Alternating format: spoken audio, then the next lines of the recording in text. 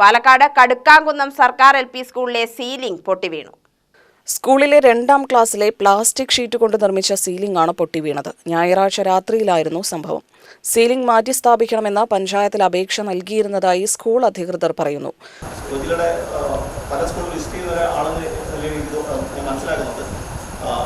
സുരക്ഷയെ ബന്ധപ്പെട്ട് ഈ വർഷം സർക്കാർ കൃത്യമായിട്ട് നിർദ്ദേശങ്ങൾ നൽകുന്നുണ്ട്. ഫിറ്റ്നസ് ഇല്ലാത്ത ഒരു കെട്ടിടങ്ങളും പ്രവർത്തിക്കുന്നത് മെയിൻ്റെനൻസ് ഫണ്ടൊന്നും കൊടുക്കുന്നില്ല സ്കൂളുകളിലേക്ക്, LP സ്കൂളുകളിലേക്ക്. അത് ഗവൺമെൻറ് സ്കൂളുകൾക്ക് കൊടുക്കുന്നുണ്ടോ? ഫണ്ട് കൊടുക്കുന്നുണ്ട്. ഇവിടെ ഫണ്ട് നമുക്ക് കിട്ടാറില്ല.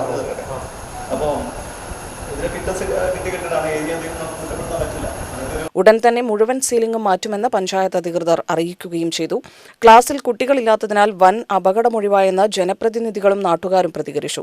സ്കൂൾ അധികൃതരുടെയും പഞ്ചായത്ത് അധികൃതരുടെയും അനാസ്ഥയാണ് സംഭവത്തിന് പിന്നിലെന്ന് വാർഡ് മെമ്പർ മാധവദാസ് ആരോപിച്ചു. സ്കൂളിൽ നിന്ന് HM നമുക്ക് പഞ്ചായത്തിൽ കൊടുത്ത് 24/4/2025 കത്ത് കൊടുത്തിട്ടുണ്ട്.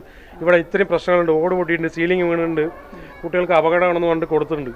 ഇതൊന്നും ചെയ്യാതെ തന്നെ മെയ് മാസത്തിൽ കൊണ്ടുപോയി ഫിറ്റ്നസ് എടുത്തിട്ട് സ്കൂൾ ഓപ്പൺ ചെയ്തിരിക്കുന്നത്. ചർച്ചയ്ക്ക് ശേഷം ഇപ്പോഴും പൗഡർ ഇട്ട് വൃത്തിയാക്കി നിർത്താമെന്നുള്ള ഉദ്ദേശത്തിലാണ്. ഈ സീലിംഗ് ഒക്കെ അഴിച്ചെടുത്ത് തൽക്കാലം നിർക്കാം എന്നാണ് ഇവർ പറയുന്നത്. AEO സ്കൂളിലെത്തി പരിശോധന നടത്തി. UTV news, Palakkad.